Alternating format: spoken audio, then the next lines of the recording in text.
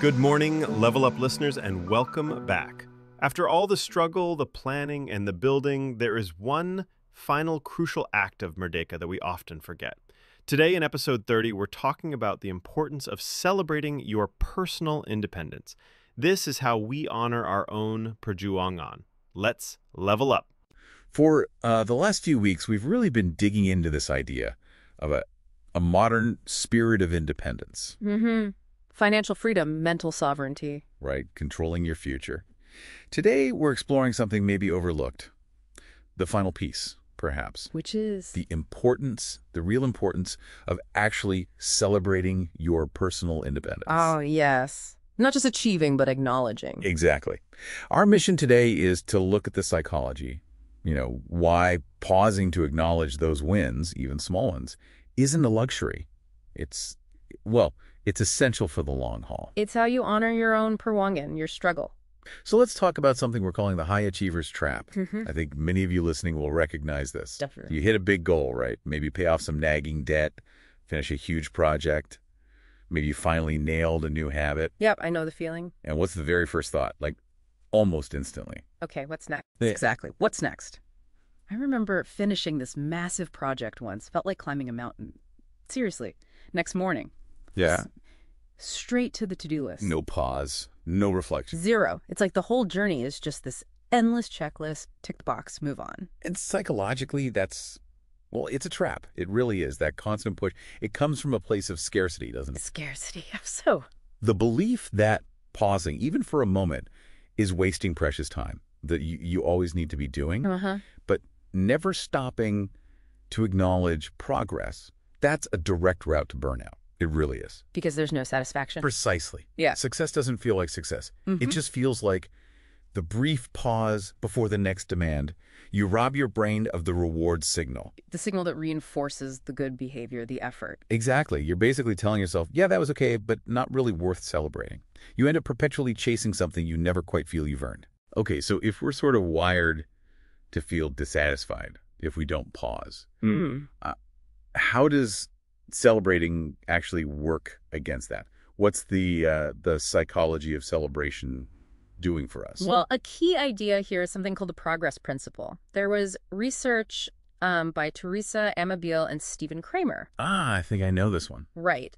They found the single biggest boost to emotions and motivation, especially in meaningful work, comes from making progress. And crucially. And recognizing that progress. Acknowledging a win triggers a dopamine release. Okay, the feel-good chemical. Yeah, but it's more than just feeling good. It creates a positive feedback loop. Your brain essentially says, hey, that felt good, let's do what led to that again. So it motivates future action. Directly. And each win you acknowledge, it builds your self-efficacy. Your belief in yourself. Your core belief that you can do things. You're giving your brain solid proof. See, I did that. It shifts you away from scarcity. Thinking about what's missing. Towards abundance. Focusing on what you've achieved. It actually helps rewire your brain to spot growth, see opportunity. It fuels the engine for the long journey. Wow. Okay, so is that just fluff? It's brain chemistry. It's building resilience. Absolutely. This makes me think of something we touched on from the sources, adapting an Indonesian tradition, the modern syukuran, like expressing gratitude for achievement. Yes, a personal syukuran. And it doesn't need to be complicated. We can break it down into maybe 3 simple steps. Okay, practical steps. I like that. First, the pause and acknowledge. When you finish something, anything that felt like effort, stop. Really stop. Don't just rush to the next email. Right. Maybe close your eyes, take a breath, and just internally say, I did this. Let that feeling land. Just for a minute. Okay. Pause and acknowledge. What's second? Second, the gratitude reframe. Actively express some gratitude related to the journey, not just for the success, but for what got you there. Like, I'm grateful I had the discipline. Exactly. Yeah. Or grateful for the courage, or grateful I stuck with it. Frame the success as something earned through your effort, a gift from your hard work. Nice. And third, the wise reward. And wise is key here. Choose something intentional that honors the achievement but doesn't, sabotage your other goals. Right. So if you're saving money, don't splurge on something huge. Exactly. It could be simple. An hour reading without guilt. Cooking yourself a really nice meal and actually savoring it. a walk somewhere beautiful. It's the ritual, not the price tag. Precisely.